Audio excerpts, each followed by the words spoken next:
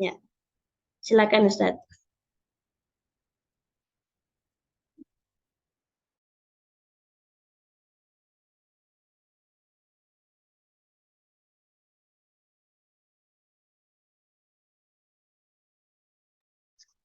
Alhamdulillahirabbil alamin. Wassalatu wassalamu ala asyrafil anbiya'i wal mursalin sayyidina wa habibina wa syafiina Muhammadin as-sadiqil amin wa ala alihi wa sahbihi ajmain, amma ba'du. Wassalamualaikum warahmatullahi wabarakatuh. Waalaikumsalam warahmatullahi wabarakatuh. Allahumma fir lana wa liwalidayna wa limasyayikhina ajmain. Allahumma faqihna fid din wa alimna tawil. Rabbi israh li sadri wa yassir li amri wahlul 'uqdatam min lisani yafqahu qawli. Nawaitu ta'allum wa ta'lim wa tadhakkur wa tadhkir wa nafa wal intifa wal ifada wal istifada wal ta'ala tamassuki bi kitabillahi wa sunnati rasulih sallallahu alaihi wasallam wa du'a ilal huda wa dalalah al khair wa ibtigha wajhillahi wa mardatihi wa qurbihi wa thawabihi subhanahu wa ta'ala.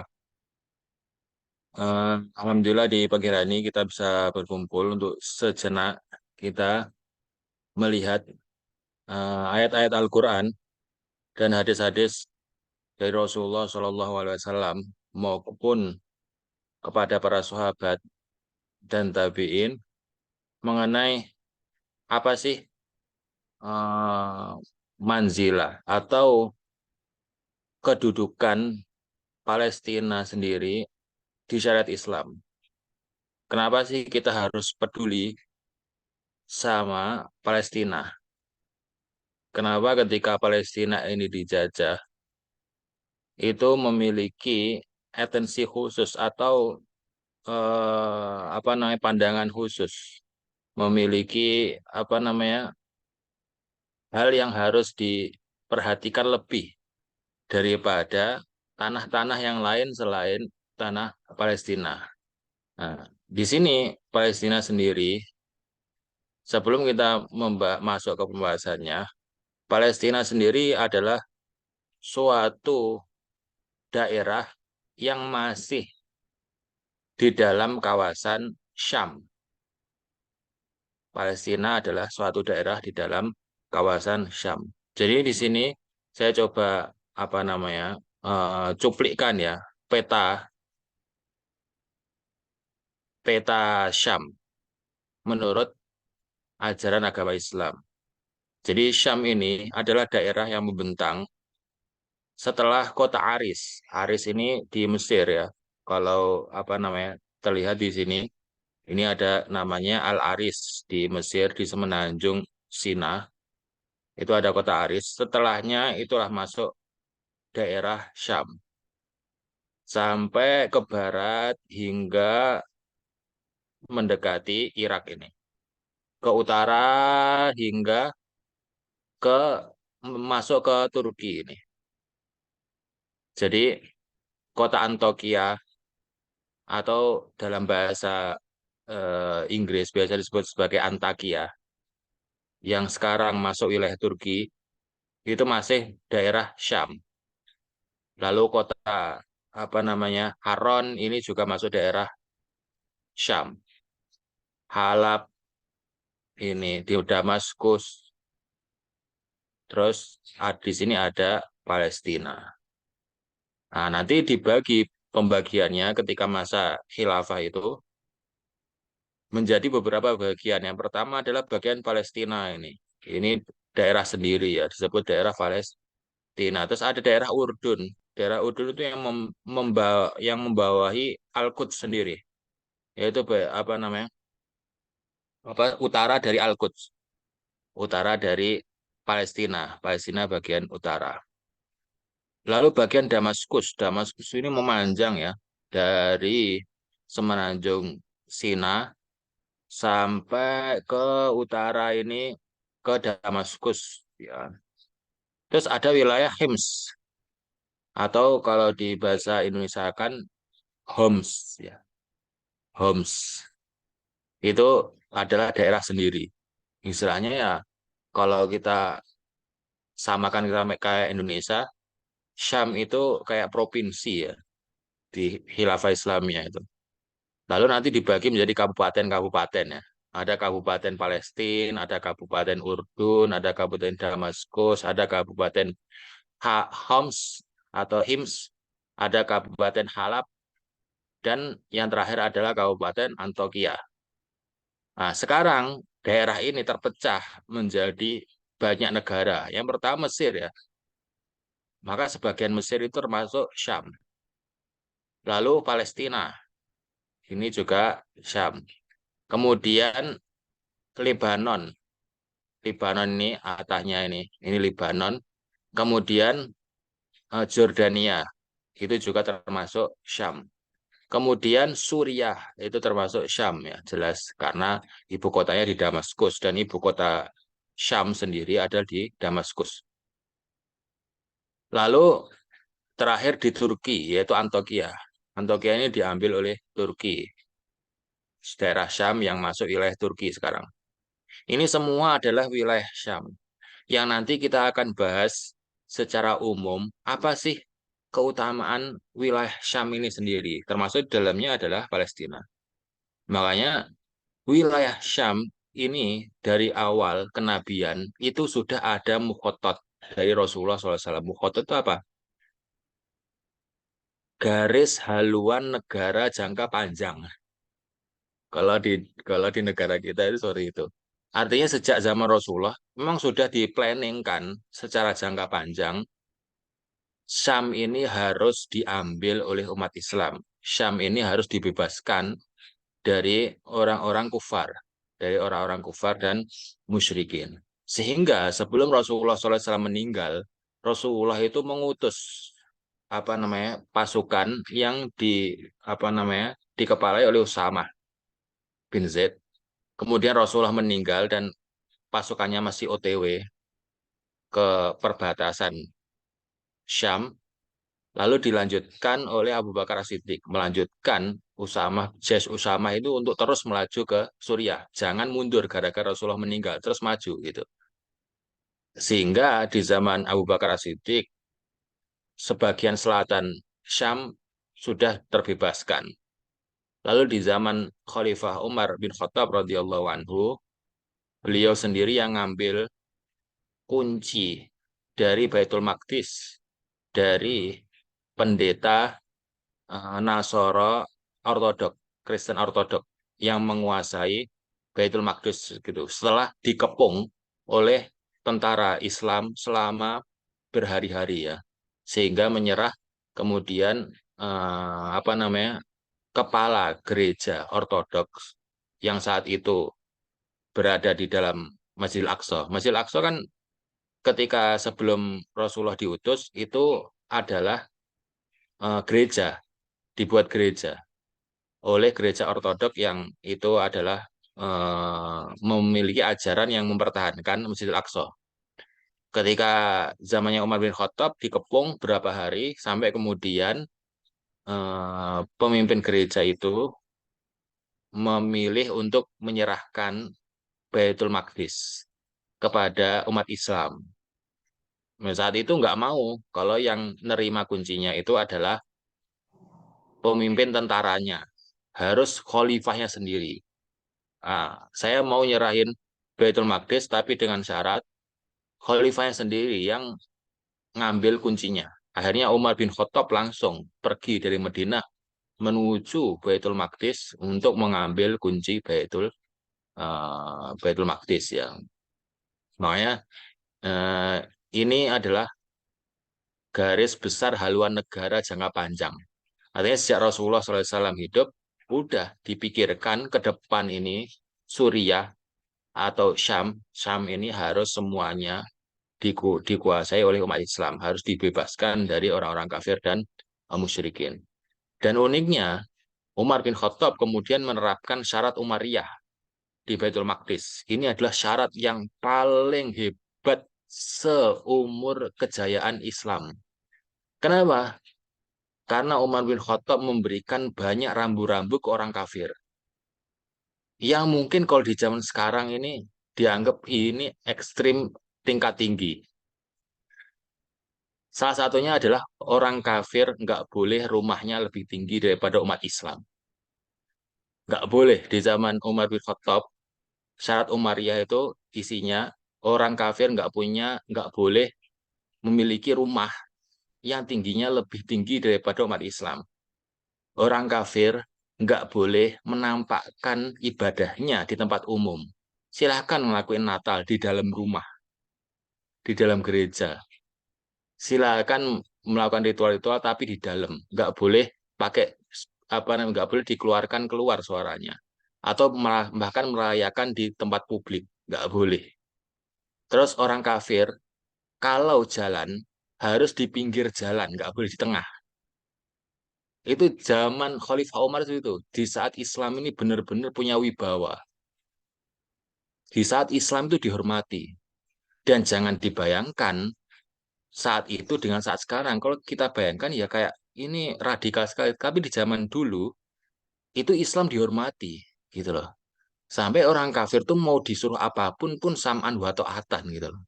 Saking saking Umar bin Khattab ini memiliki wibawa itu yang sangat besar sehingga disuruh untuk kalau jalan di harus di pinggir gitu kan.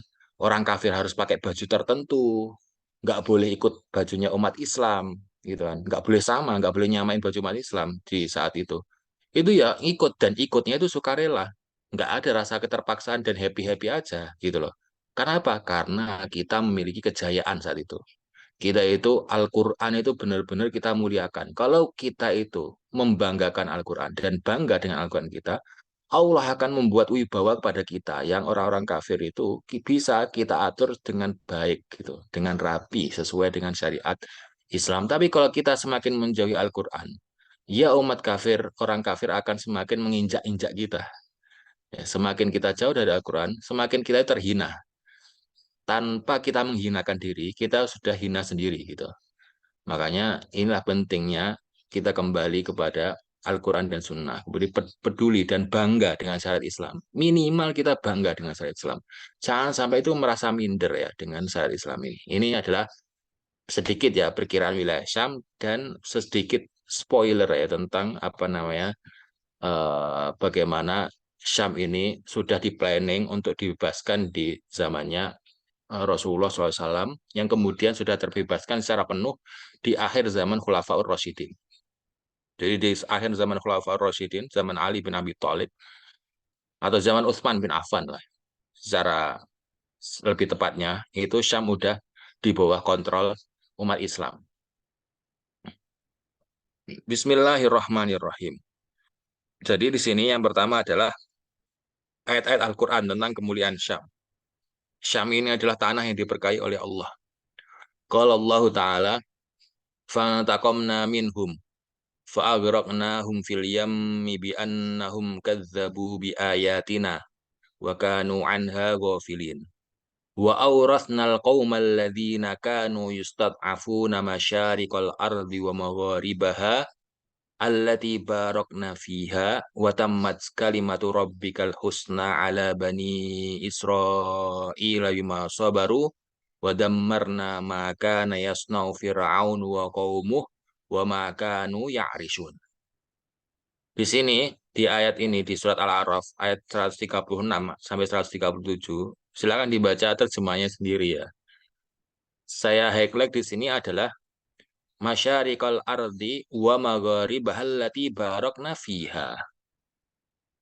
Jadi di sini Imam Ibnu Katsir berkata di dalam tafsirnya, yukhbiru ta'ala annahum lamma ataw wa tamarradu ma ibtila iyahum bil ayatil mutawatirah wahidah ba'da wahidah annahum taqama minhum bi ighraqihi iyahum fil yam wa huwa al bahra alladhi farraqahu li Musa. Ketika apa namanya Fir'aun dan pengikutnya ini tidak patuh dengan seruannya Nabi Musa, maka satu persatu musibah akan ditimpakan kepada mereka dari Allah.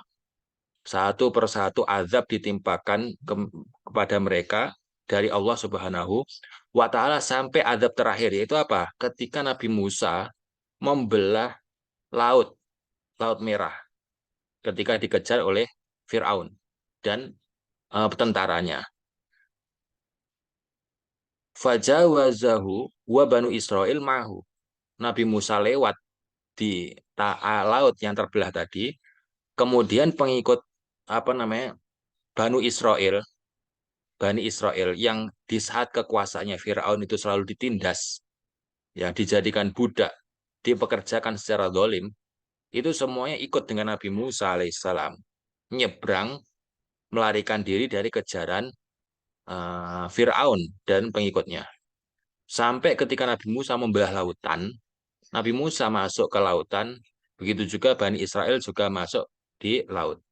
Summa waradahu Fir'aun wa junuduhu ala atharihim.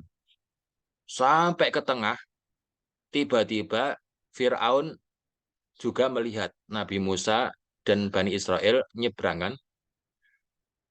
Lalu ikut nyebrang Fir'aun dan tentaranya ini ikut nyebrang. Falam mastakmalu fihi irtatom alaihim. Fahwariku an akhirihim wa dzalika bisababi takdzibihim illahi bi ayatillahi wa taghafulihim anha. Maka ketika tentaranya Fir'aun ini mengikuti Nabi Musa dan Bani Israel, dan Nabi Musa dan Bani Israel udah keluar dari laut, sedangkan Fir'aun dan tentaranya itu di tengah-tengah laut masih ngejar dan di tengah-tengah laut, laut itu langsung kembali seperti semula. Langsung semua pengikut Fir'aun dan Fir'aun sendiri tenggelam. Kenapa? Itu adalah azab terakhir yang Allah berikan kepada Fir'aun dan pengikutnya akibat Fir'aun dan pengikutnya ini mengingkari dakwahnya Nabi Musa alaihi assalam. Wa akhbara ta'ala annahu awrathal qaumal ladzi kanu yustad'afun wa hum banu Israil masyariqa al-ardi wa magharibaha.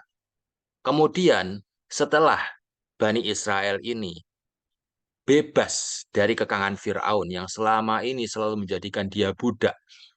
Jadi Bani Israel selalu tertindas di pemerintahnya Firaun, sekarang jadi free. Kenapa? Ya Firaun dan semua menteri-menterinya, semua tentaranya itu masuk ke Laut Merah, tenggelam semua. Akhirnya Allah kemudian memberikan tanah yang diberkati, ingin memberikan tanah yang diberkati kepada Banu Israel. Apa itu tanah yang diberkati? Tanah yang diberkati ini adalah di sini disebutkan wa an Hasan al-Bisri wa qatada fi qauli masyariqal ardi wa magharibaha allati barakna fiha yakni Asyam. Kemudian Bani Israel diwariskan kepada mereka tanah yang dari ujung barat sampai ujung timurnya itu semuanya diberkati oleh Allah. Tanah mana itu? Tanah Syam. Tapi dengan syarat ya. Dengan syarat mereka mengimani Nabi Musa. Makanya memang benar Bani Israel atau kaum Yahudi ini diberikan tanah oleh Allah secara khusus, tanah Syam ini. Tapi dengan syarat mereka harus beriman. Problemnya sekarang, mereka nggak mau beriman, nggak mau masuk Islam, tapi cuma mau tanahnya. Dengan alasan ini tanah yang dijanjikan oleh Tuhan. Ya jelas kita tolak. Emang ini dijanjikan buat kalian, kalau kalian mau beriman. Di saat Nabi Musa hidup aja, kalian masih membangkang, suka nggak patuh sama Nabi Musa. Ya sekarang ketika zamannya Nabi Muhammad SAW, yang seharusnya kalian masuk Islam, gara-gara Nabi Musa menyuruh umatnya untuk masuk ajarannya Nabi Muhammad, kalian juga nggak patuh. Kok sekarang mau tanahnya doang? Itu yang namanya penjajahan. Nggak bisa dibenarkan. Jadi kita nggak bisa membenarkan sama sekali bahwasanya tanah Palestina ini adalah miliknya Yahudi. Memang miliknya Yahudi kalau masuk Islam. Silakan. Kalau semua Yahudi masuk Islam dan kemudian mendirikan negara di Palestina, ahlan. Iya kan? Ya sih kita nggak no problem kan sama Muslim. Sebagaimana ada negara Mesir, negara Jordan, negara Lebanon, negara apa namanya Suriah, kan semuanya juga dipimpin oleh orang-orang Muslim ya kan? Maka ketika orang Yahudi ini mau patuh sama Allah, masuk Islam, dan mau menempati tanah yang diberkahi, yang dijanjikan oleh Allah, yaitu Syam, lebih spesifik lagi misalnya Palestina, ya silakan. Tapi kan problemnya sekarang tidak. Itu bukan lagi tanah yang dijanjikan oleh Palestina, oleh Allah, tapi tanah yang dijanjikan oleh Inggris. Ketika Inggris membawa semua pengungsi Yahudi ke tanah Palestina untuk ditinggali, yang kemudian membuat orang-orang Palestina sendiri yang tinggal di sana terusir atau dijajah. Maka salah kalau menganggap sekarang itu bahwasanya itu tanah yang diberikan Allah kepada Yahudi, tapi itu lebih tepatnya tanah yang diberikan Inggris kepada Yahudi. Jadi jangan ngatasnamakan agama. Kalau ngomong agama harus valid ya kan. Berdasarkan bukti-bukti dari mereka sebenarnya tahu. Sebagian dari Yahudi pun nggak sepakat dengan adanya Zionisme alias menjadikan Yahudi ini adalah negara. Itu kan Zionis. Yahudi sebenarnya nggak nggak semuanya setuju dengan Zionisme ini. Yang kita perangi ini Zionisme ini yang Yahudi yang ngotot mau ngerebut tanah umat Islam demi ngaku-ngaku ajaran agama mereka. Ya padahal semua bahkan Yahudi pun tahu bahwasanya kita itu nggak berhak sebenarnya. Gitu. Sebenarnya makanya Yahudi itu disifati di dalam Al-Quran ghairil maghdubi alaihim waladdallin. Yahudi yang pertama, Nasara yang kedua. Al-Maghdub alaihim itu adalah Yahud, An-Nasara itu adalah waladhdallin. Kenapa kok Yahudi disifati al-maghdub alaihim? Karena mereka punya ilmunya. Mereka tahu bahwasanya nggak boleh ini tanah bukan milik kita. Kalau mau tanah ini mau jadi milik kita, kita harus beriman kepada ajarannya Nabi Muhammad SAW gitu loh. Baru Allah akan memberikan tanah ini. Tapi kan kita nggak mau gitu loh. Artinya ini bukan tanah kita, tapi kita nggak mau ngamalin. Makanya orang kalau punya ilmu, tapi nggak ngamalin, itu mirip Yahudi. Orang kalau nggak punya ilmu, tapi sering beribadah, beribadah tidak berdasarkan ilmu, itu mirip orang Nasoro. Jadi dua-duanya salah. Punya ilmu tapi nggak diamalkan, tapi beramal tanpa ilmu juga salah. Dua-duanya salah. Yang betul apa? Berilmu dan beramal, itulah Muslim.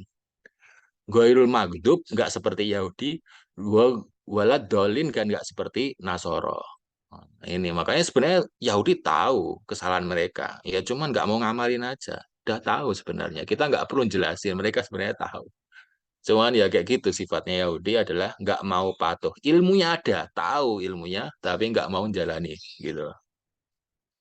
Beda sama Nasoro yang dari awal memang nggak punya ilmu gitu. Dolat, dolun gitu. Sesat.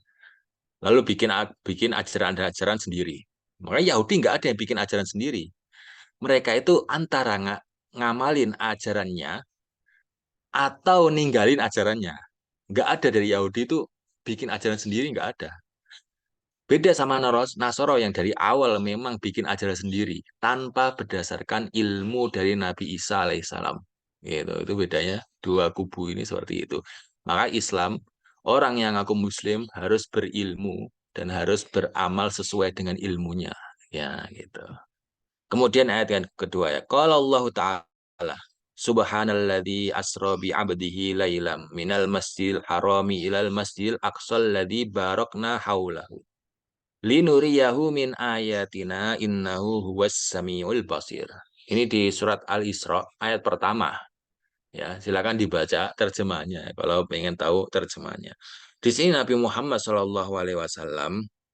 melakukan Isra Mi'raj dengan titik naik ke langit ketujuh adalah Masjidil Aqsa. Dari Masjidil Aqsa, dari Masjidil Haram, pergi naik buruk ke Masjidil Aqsa. Kemudian sholat di dalamnya, baru kemudian naik ke Sidratul Muntaha untuk menerima perintah sholat 5 waktu. Maka di sini Allah mensifati Masjidil Aqsa itu apa? ilal masjidil aqsal ladzi barokna haulahu. Masjidil Aqsa ini sekitar tanahnya diberkati semua. Makanya Syam ini memiliki keistimewaan yang tidak dimiliki oleh tanah manapun di dunia ini, bahkan Indonesia sekalipun, bahkan Malang sekalipun, nggak bisa menyaingi tanah Syam. Kenapa? Yang pertama dia ada jantungnya bumi. Kenapa kok jauh-jauh ke Masjidil Aqsa, ke Sidratul Muntaha? Berarti kan ada rahasia khusus bahwasanya Masjidil Aqsa ini ada jalan khusus ke Sidratul Muntaha. Ngapain jauh-jauh? Mending dari Masjidil Haram aja langsung kan. Kalau dibilang Masjidil Haram ini kan apa namanya? Masjidnya Nabi Ibrahim. Tapi kenapa harus ke Masjidil Aqsa, masjidnya Nabi Sulaiman gitu loh. Berarti kan ada sesuatu di Masjidil Aqsa ini yang mungkin kita nggak tahu. Ya ternyata Allah mengabarkan bahwasanya Masjidil Aqsa itu diberkahi dan tanah yang di sekitarnya itu diberkahi. Gitu.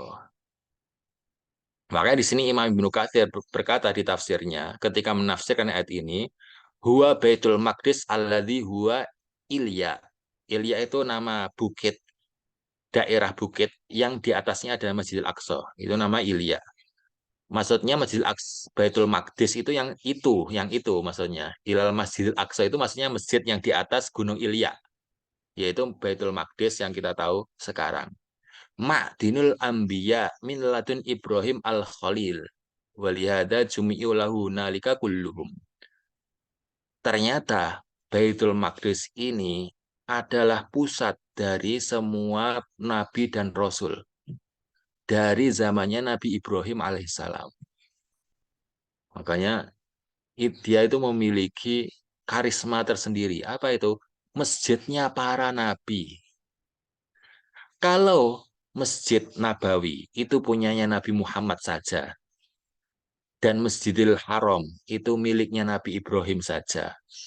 Kalau Masjidil Aqsa miliknya semua nabi setelah Nabi Ibrahim hingga Nabi Muhammad Shallallahu Alaihi Wasallam. Dari itu Nabi Ismail, Nabi apa namanya, Yakub, Lut, semuanya ya, Nabi Isa, semuanya itu masjidnya di mana? Masjidil Aqsa. Makanya dia itu memiliki keistimewaan yang tidak dimiliki oleh masjid-masjid lainnya. Walaupun di syariat kita, dia itu masuk ke nomor 3. Tapi walaupun nomor 3, dia memiliki keistimewaan yang mungkin hebat sekali ya, sangat hebat. Di mana kepemilikan Masjidil Aqsa ini dimiliki oleh banyak nabi. Beda dengan Masjid Nabawi sama Masjid Haram yang cuma dimiliki oleh nabi-nabi tertentu saja. Sehingga sekitarnya itu diberkahi oleh Allah. Gara-gara kenapa? Kalau satu orang nabi aja, ya kan, sholat di situ, masjidnya diberkahi. Bayangkan kalau ada ratusan nabi, ratusan nabi sholat di situ. Itu berkahnya itu meluber-meluber sampai kemana-mana. Itulah gambarannya Masjidil Aqsa. Jadi yang sholat di Masjidil Aqsa itu bukan cuma satu nabi, tapi ratusan nabi ya. Walaupun Rasulnya mungkin cuma ada berapa belas atau berapa puluh ya. Berapa belasan aja. Tapi kalau nabinya kan banyak. Dan semuanya itu memiliki Masjidil Aqsa. Sehingga berkahnya itu meluber-luber gitu. Makanya disifati alladzi barokna haula. Satu Syam itu jadi kena barokahnya semua. Ya, satu Syam ini jadi kena barokah. Lalu apa Ibnu Katsir itu ingin mencoba mentafsirkan apa barokah yang dimaksudkan? Wa qauluhu alladzi barakna haulahu fi zuru wathimar. Daerahnya subur, salah satu penghasil zaitun terbaik di Palestina, ya kan? Begitu juga buah-buahan, kurma dan sebagainya. Itu kan banyak sekali impor kurma dari Israel yang seharusnya itu kan miliknya Palestina. Artinya tanahnya subur. Buah yang buah yang tumbuh di tanah Syam itu kualitasnya itu bagus banget. Bahkan zaitunnya tanah Syam itu nggak bisa ditandingi dengan zaitunnya Eropa maupun zaitunnya apa namanya negara manapun yang di situ tumbuh pohon tin dalam sama zaitun. Itu adalah salah satu keberkahan duniawinya tanah Syam. Salah satunya adalah tanah Palestina ya. Di situ adalah kalau apa Syam ini adalah apa daerah yang luas itu, jantungnya itu ada di Baitul Maqdis. Inti dari Syam itu ya Baitul Maqdis itu. Yang membuat Syam ini jadi mulia, yang membuat Syam ini berbeda dengan tanah lain di bumi ini, ya karena Baitul Maqdis ini. Makanya Palestina itu inti dari Syam. Dan Syam itu inti dari umat Islam. Kalau kita hancur di jantungnya, kalau kita kalah di jantungnya, ya mati kita. Maka jangan dikira Palestina itu cuma masalah secuil tanah dari umat Islam doang, yang itu kalau hilang ya udahlah gitu kan. Kan masih banyak yang lain. Enggak, dia itu jantung. Jangan dikira orang kafir ini kalau udah dapat Palestina, terus ungkang-ungkang gitu aja, terus menikmati hidup gitu. Enggak, dia akan terus melebarkan ke sekitarnya. Karena dia udah berhasil mendapatkan jantungnya. Orang kalau kena serangan jantung, itu nggak mungkin masih bisa makan sate dengan enak. Nggak mungkin gitu loh. Pasti semuanya langsung sakit, bahkan mati. Sama, kalau orang kafir bisa mendapatkan Baitul Maqdis dari kita, maka semua negeri umat Islam ini dari Maroko sampai Indonesia, ya tinggal nunggu ini aja, waktunya aja, gitu loh. Maka inilah keistimewaan dari Palestina, Palestina dari Baitul Maqdis itu sendiri. Qala ta'ala kemudian selanjutnya wa najainahu waluton ilal ardil lati barakna fiha lil alamin. Ini ada di surat Al-Anbiya ayat 71. Bahwasanya Allah menyelamat Nabi Ibrahim alaihissalam. Jadi Nabi Ibrahim itu kan dikejar terus dibakar hidup-hidup. Tapi kemudian apinya dibuat jadi dingin. Di sini setelah itu Nabi Ibrahim diselamatkan oleh Allah untuk menuju tanah yang diberkahi. Mana itu? Syam lagi. Jadi karena Nabi Ibrahim itu dikejar dari umatnya, dikejar dengan umatnya mengejarnya, terus setelah dibakar enggak mempan, akhirnya mau dibunuh, Nabi Ibrahim pergi dari Irak ke Syam, ke tempat yang diberkahi. Lagi-lagi Allah mensifati dari ilal ardillati barokna fiha. Bukan cuma Nabi Ibrahim, tapi juga Nabi Lut alaihi salam. Nabi Lut juga kabur dari umatnya yang membangkang, yang melakukan LGBT ini, kemudian pergi ke tanah Syam, tanah yang diberkati. Barokna fiha lil alamin. Lihat ya, berkahnya itu bukan cuma buat Nabi Ibrahim, bukan cuma untuk Nabi Lut aja, tapi lil alamin untuk seluruh umat manusia. Itu Syam itu seistimewa itulah. Maka rugi kalau tiba-tiba kita itu nyerahin itu dengan sukarela ke tangan orang yang nggak berhak, apalagi bukan orang Muslim. Itu adalah seperti bunuh diri. Seperti kita itu nyerahin jantung kita ke orang lain. Siapa ya? Ya kalau nyerahin tangan nggak apa-apa lah. Nyerahin kaki nggak apa. Kalau nyerahin jantung ya berarti mati kan. Sama. Nggak boleh kita menyerahkan jantung kita kepada orang non-Muslim. Nah, di sini di dalam tafsir Ibnu Katsir, Ubay bin Ka'ab menafsirkan ilal ardil lati barokna fihal alamin itu asyam, tanah Syam, tanah yang diberkati bagi seluruh umat manusia ini adalah tanah Syam. Wa ma min ma'in adzbin illa yahruju min tahti sokhroh. Apa itu sokhroh? Sokhroh di bawah Masjidil Aqsa. Jadi Masjidil Aqsa itu kan di atas bukit, tanah, air tanah di bawahnya Masjidil Aqsa. Ini air tanah yang sangat jernih. Dia itu 11-12 sama air Zam-Zam. Itu adalah keberkahan dari Syam itu sendiri. Saking banyak nabi yang sholat di sana, sampai air tanahnya itu jadi suci. Secara tidak langsung tanah di bawah Baitul Maqdis ini jadi air tanah yang suci banget. Mirip sama air Zam-Zam mulianya itu. Cuman karena air Zam-Zam terekspos jadi sumur, sehingga kita tahu bahwa air Zam-Zam itu air yang suci, air yang mulia, sedangkan air yang di bawah Baitul Maqdis ini enggak dimunculkan oleh Allah, tapi Allah sudah mensifatinya bahwasanya di bawah tanah Palestina ini ada air yang bersih. Contoh apa namanya? Dampaknya apa dari air tanah yang bersih? Dampaknya adalah tanaman yang menghasilkan buah yang kualitasnya bagus. Dan itu terjadi. Walaupun mereka nggak sadar airnya itu mirip sama air Zam-Zam, tapi terlihat dari tanaman-tanaman yang tumbuh di Palestina. Itu kualitas buahnya itu Masya Allah bagus-bagus. Ya kan? Kurmanya itu bahkan lebih bagus daripada kurmanya Arab. Ya, sampai diekspor oleh Israel kemana-mana. Gitu kan. Nah, kita bahkan temukan di Indonesia banyak di retail-retail menjual kurma Israel. Ya karena sebagus itulah kualitasnya tanah dari Palestina ini. Karena diberkahi itu.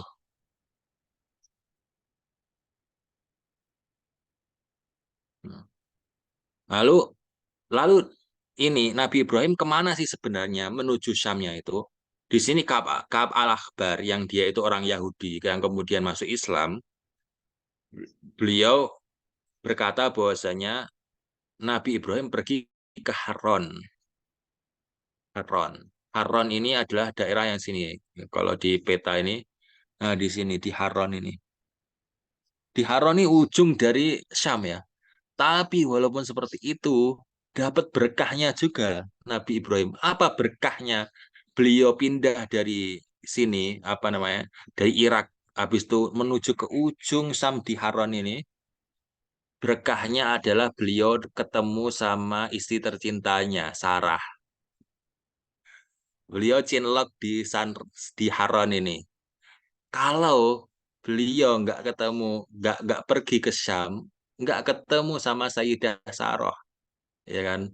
Yang saat itu adalah putri dari Raja Haron. Makanya itu keberkahannya, keberkahannya itu macam-macam ya. Entah itu tanaman, bahkan jodoh pun jodohnya Nabi ketemu di Syam. Ini makanya Masya Allah, Syam ini tanah yang sangat istimewa di mata umat Islam. Nah, kemudian ayat berikutnya, kalau Allah Ta'ala wali Sulaiman riha asifatan tajri bi amrihi ilal ardil lati barakna fiha wa kunna bi kulli syai'in alimin. Di sini Imam Ibnu Katsir ini surat yang sama tapi di ayat 81 ya. Silakan dibaca terjemahannya masing-masing ya kalau mau tahu artinya. Di sini Imam Ibnu Katsir menafsirkan ayat ini. Wa qauluhu li Sulaiman riha asifah ai wa sakharna li Sulaiman rihal asifah. Jadi Nabi Sulaiman itu memiliki kemampuan yang tidak dimiliki oleh nabi-nabi setelahnya. Apa itu? Kemampuan mengkontrol udara. Ya kayak kayak Avatar ya. Nabi Sulaiman itu pengendali udara. Jadi bisa mengendalikan udara. Terserah Nabi Sulaiman mau mengendalikan udara seperti apa itu bisa dikerjakan oleh Nabi Sulaiman. Tajari bi amri, tapi ya tentunya itu atas izin Allah, bukan karena kemampuan Nabi Sulaiman 100%. Itu semuanya adalah kehendak Allah. Cuman Nabi Sulaiman diberikan kemampuan Allah oleh Allah itu ya mengatur angin ya, menggerakkan angin. Tajri bi amri ilal ardil lati barokna fiha, Barangnya barang. yaitu tanah Syam, yakni Ardus Syam. Jadi eh, anginnya itu digerakkan oleh Nabi Sulaiman bisa menggerakkan anginnya menuju Syam, tanah yang diberkati. Wa kunna bi kulli syai'in alimin wa dzalika annahu kana lahu bisatun min khasyab yudau alaihi kullu ma yahtaju ilaihi min umuril mamlakah wal khail wal jimal wal khiyam wal jun thumma ya'muru rih antahmilahu fatadkhula tahtahu thumma tahmilahu fatarfa'u wa tasira bihi wa tudillu at-tayra min har ila haitsu yasha'u min al-ard fayanzilu wa tudaul atuh wa husyabuh. Lihat ya, apa sih gunanya mengendalikan angin? Kan nggak guna banget ya. Tapi lihat, gara-gara Nabi Sulaiman bisa mengendalikan angin, itu beliau bisa memindahkan kayu, memindahkan pasukannya, memindahkan unta-untanya, kuda-kudanya cuma dengan angin.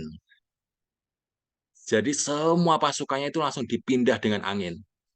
Saking hebatnya Nabi Sulaiman alaihissalam saat itu. Kemana? Ke tempat yang diberkahi, yaitu Syam. Syam. Lagi-lagi Syam disebut oleh Allah sebagai tempat yang diberkahi. Di zamannya Nabi Sulaiman juga. Tadi kan di zamannya Nabi Ibrahim, zamannya Nabi Lut, sekarang zamannya Nabi Sulaiman. Masya Allah, semua Nabi disebut ya. Qala Allah Ta'ala, kemudian ayat berikutnya. وَجَعَلْنَا بَيْنَهُمْ وَبَيْنَ الْقُرَى الَّتِي بَارَكْنَا فِيهَا قُرًى ظَاهِرَةً وَقَدَّرْنَا فِيهَا السَّيْرَ سِيرُوا فِيهَا لَيَالِيَ وَأَيَّامًا آمِنِينَ فَقَالُوا رَبَّنَا بَاعِدْ بَيْنَ أَسْفَارِنَا وَظَلَمُوا أَنفُسَهُمْ فَجَعَلْنَاهُمْ أَحَادِيثَ وَمَزَّقْنَاهُمْ كُلَّ مُمَزَّقٍ إِنَّ فِي ذَلِكَ laayatin likulli sabbarin syakur. Ini di surat Saba ya. Menceritakan tentang kaumnya Saba atau kaum Saba yang itu mengingkari kenabian Nabi Sulaiman. Tidak patuh sama syariatnya Nabi Sulaiman.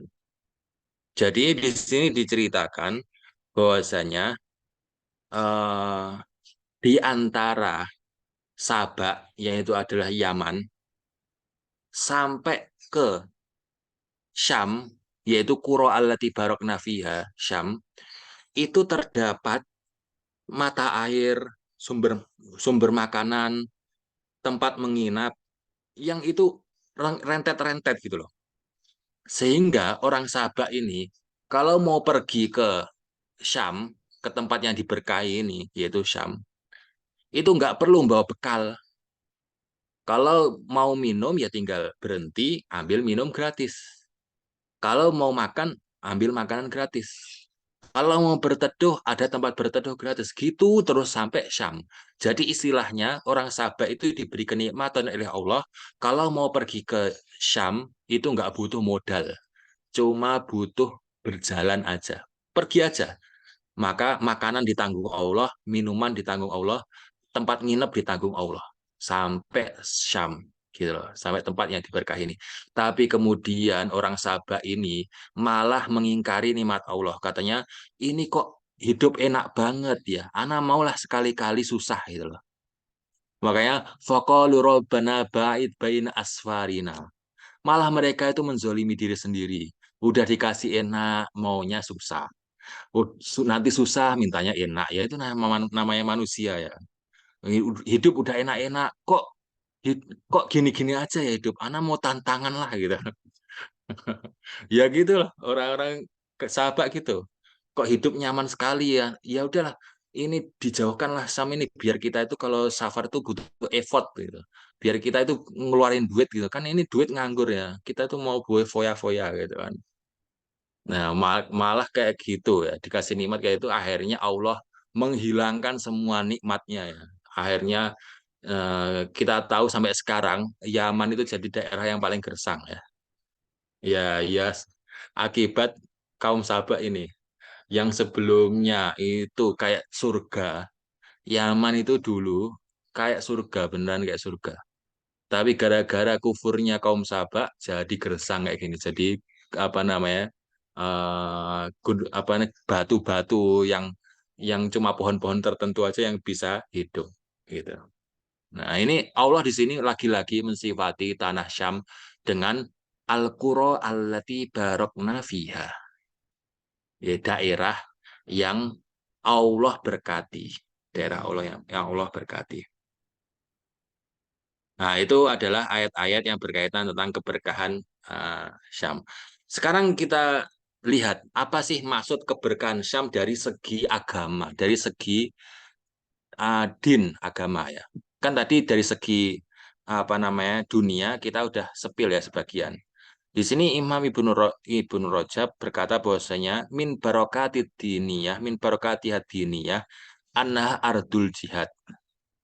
Syam ini adalah tanah jihad, tanah peperangan.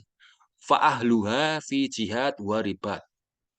Dari masa ke masa, Syam ini adalah daerah strategis yang selalu diperebutkan oleh musuh. Artinya, orang yang tinggal di Syam harus selalu siap perang. Sehingga hidupnya itu selalu mempersiapkan jihad fisabilillah. Mempertahankan agama Islam.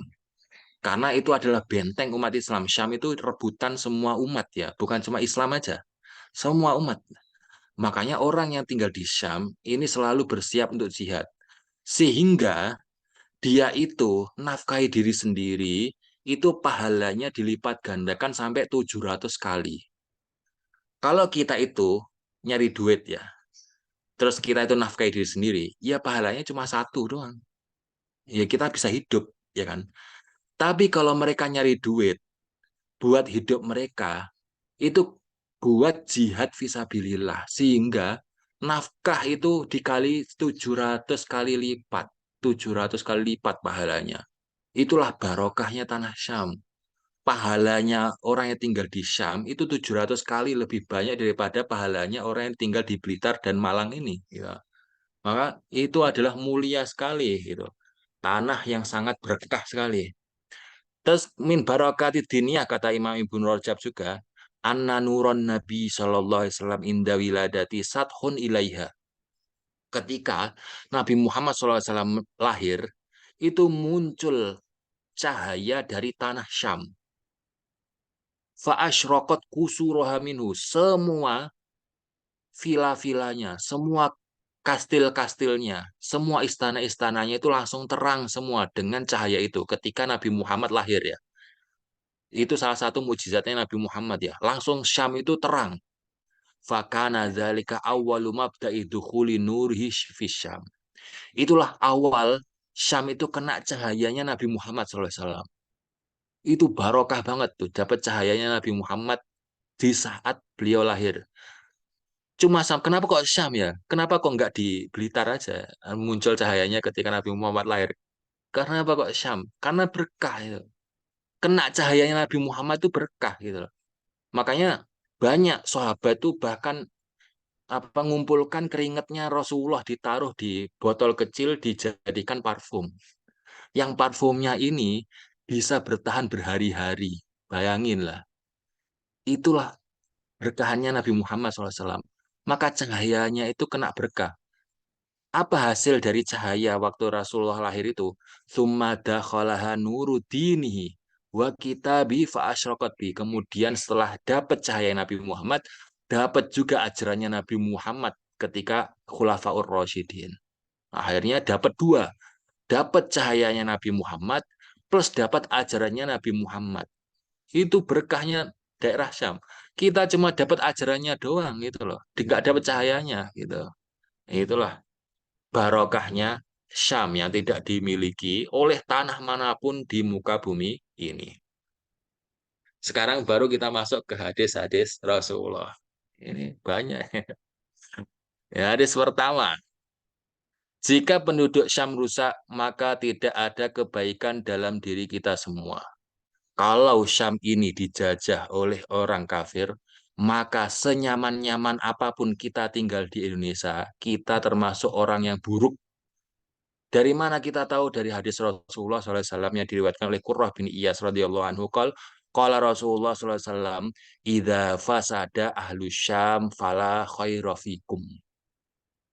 Kalau daerah Syam ini rusak, maka kalian itu nggak ada kebaikan sama sekali. Kalian mau sujud 1000 kali, tetap jadi orang yang nggak baik.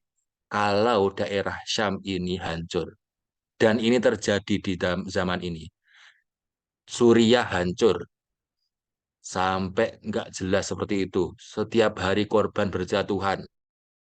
Bahkan ulamanya pun pergi dari Syam. Banyak pergi dari Syam sampai di Indonesia, sampai di Turki, sampai di mana? Karena apa? Ya karena sangat nggak kondusif untuk tinggal. Kemudian Palestina yang terus diobrak-abrik sama Israel, ya kan, digenosida sama Israel. Begitu juga di Syam, di Suriah.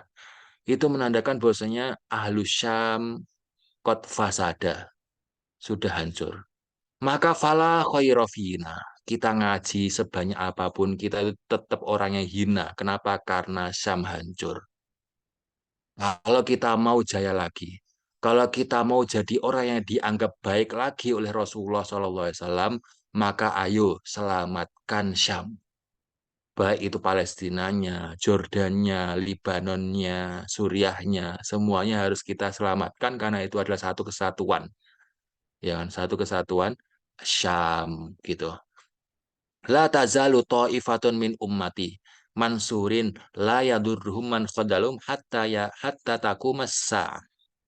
Tapi walaupun seperti itu, walaupun Rasulullah tahu suatu saat nanti akan datang zaman di mana Syam ini akan hancur, beliau memberikan apa namanya sedikit kabar gembira apa?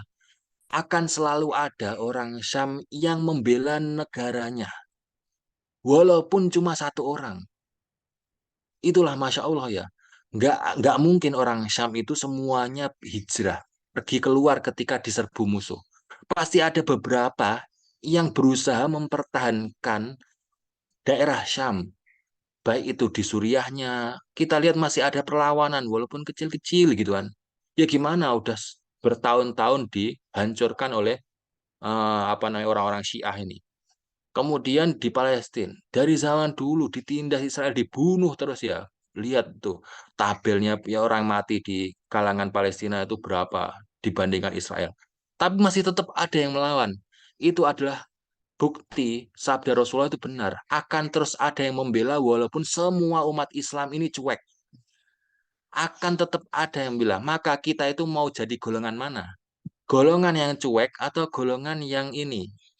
Yang ikut membela mempertahankan tanah Syam ini dari serangan musuh. Wah, tinggal dipilih, ya kan? Nggak ada opsi ketiga, nggak ada. Di tengah-tengah itu nggak ada. Tengah-tengah itu artinya musuh. Ya. Kalau orang milih dia musuh atau lawan, dia musuh atau kawan gitu. Terus dia bilang enggak milih keduanya, berarti dia musuh sebenarnya. Jadi ingat ya, kalau ada hak sama batil, kok kita milih diem, maka sebenarnya kita itu masuk ke batil juga. Ya, makanya kadang-kadang diam itu adalah apa tidak mengingkari kemungkaran itu adalah syaitonu akhros, setan yang bisu. Alias dia itu juga setan gitu walaupun dia itu diam, dia setan juga. Ya. Bedanya yang melakukan kejahatan ini setan yang ngomong, kalau yang diam ini dengan ada kejahatan kok diam itu setan yang bisu kata ulama seperti itu. Hadis yang kedua, Syam adalah tempat yang direkomendasikan oleh Rasulullah untuk dituju sebelum hari kiamat terjadi. Lihat, di mana rekomendasi tempat tinggal paling bagus versi Rasulullah SAW? Syam. Makanya kenapa? Aneh kalau ada ulama bilang, daripada dijajah, ya udah pergi aja dulu dari Palestina. Nanti kalau udah kuat kita ambil lagi. Itu hanya orang bodoh yang nggak pernah baca hadis Rasulullah SAW.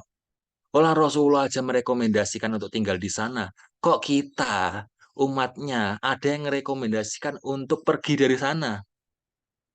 Kan aneh namanya ini ajarannya siapa ini sore itu. Tetap harus dipertahankan. Harus dipertahankan bahwa bahkan kita kalau bisa ke sana ya ke sana gitu. Ya kan?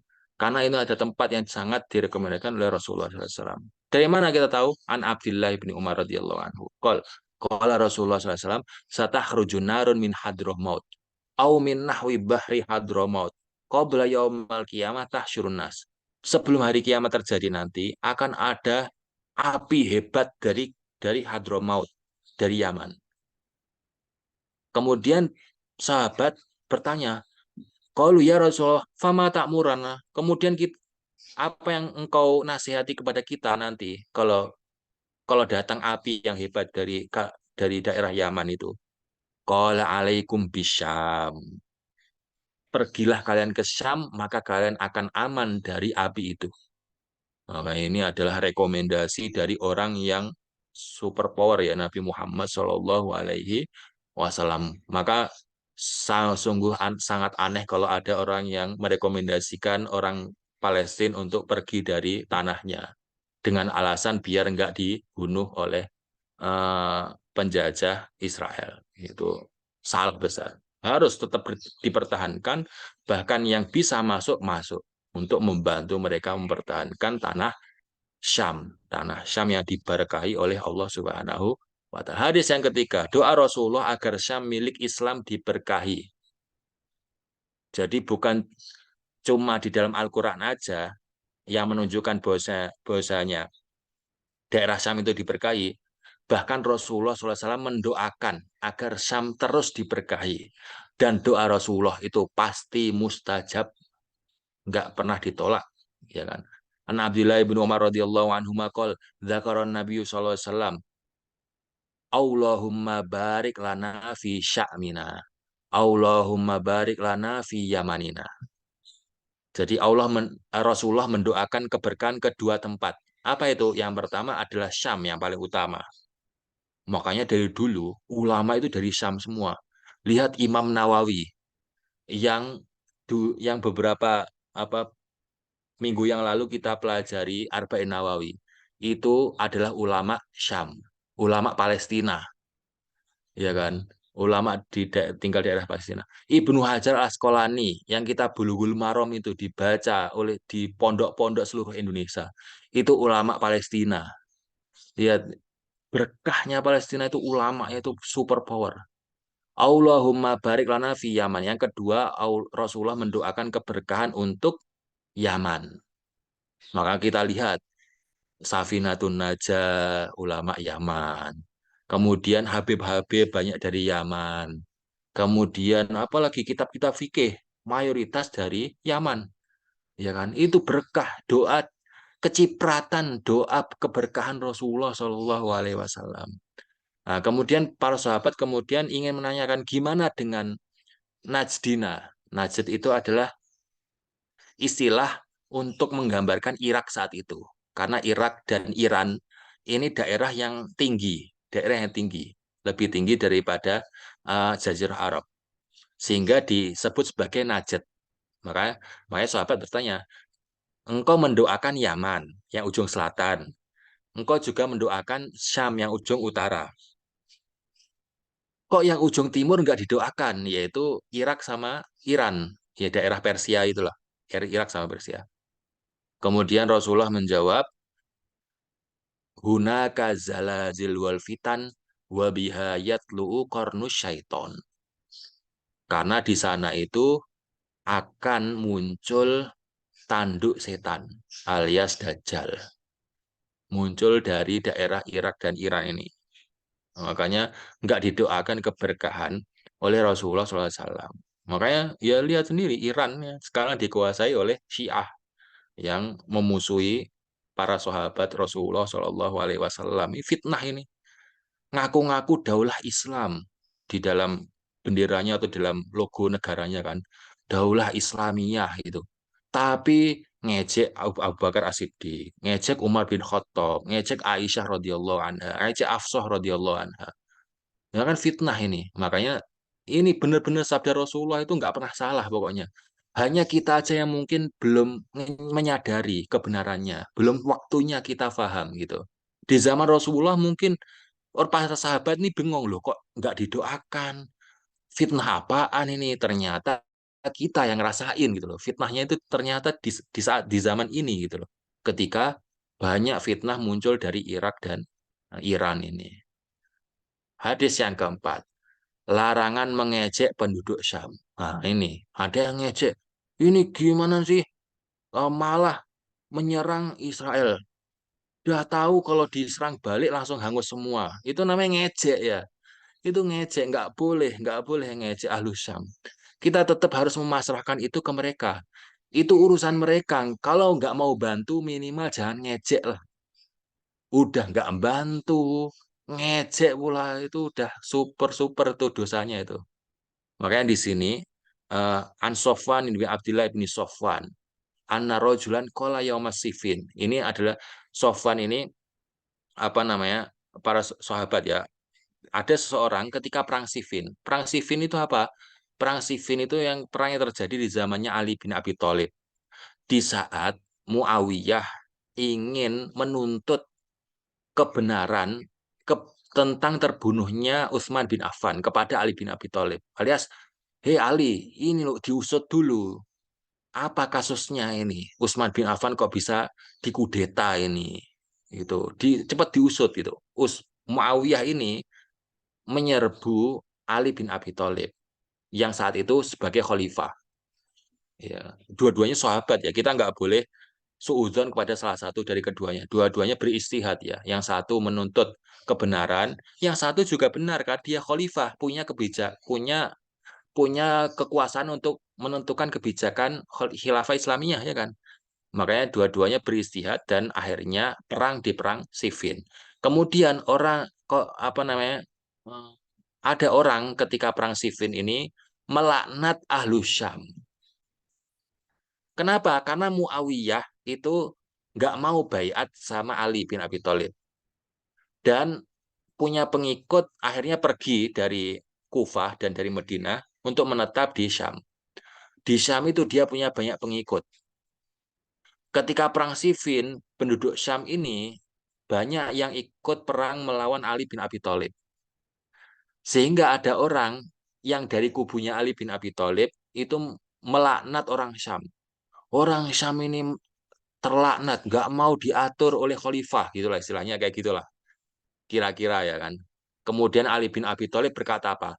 La tasubbu ahlas Syam zaman ghafiron. Jangan kalian mengejek semua ahlus Syam. Kenapa? Fa inna fihim qauman karihu lima tarawna wa inna fihimil abdal. Di dalam orang penduduk Syam ini ada yang ahli ibadah, ahli taat, yang imannya itu tinggi. Ya kan? Maka gak boleh dilaknat. Dosa melaknat orang yang soleh. Ya kan?